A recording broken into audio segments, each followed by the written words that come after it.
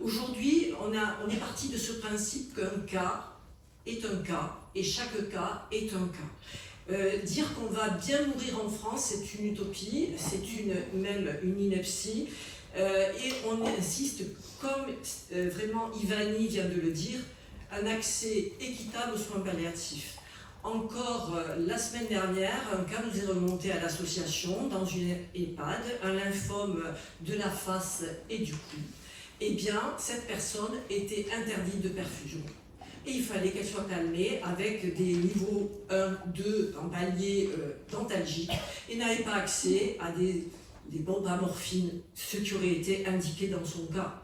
Donc ce qui veut dire qu'on laisse en souffrance des personnes aujourd'hui en France parce qu'elles n'ont pas un accès équitable sur le territoire à des soins palliatifs qui sont menés.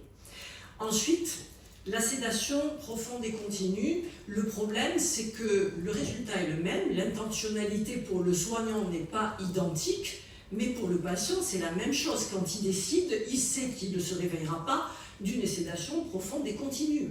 Mais le temps qui est identifié par la Haute Autorité de Santé, c'est un temps court, très court. Ce qui fait que le soignant il ne sait pas à quel moment il est dans le temps qui correspond au positionnement de la HAS. Et c'est aussi de regarder la protection des soignants et de ne pas engager leur responsabilité pénale. Je pense que c'est important.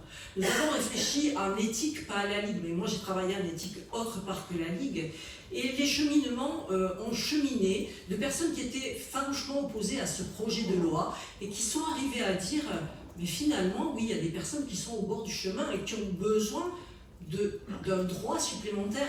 Un droit ne permet pas à tout le monde une obligation de l'activer. Chacun doit midi à sa porte. Alors vous m'avez demandé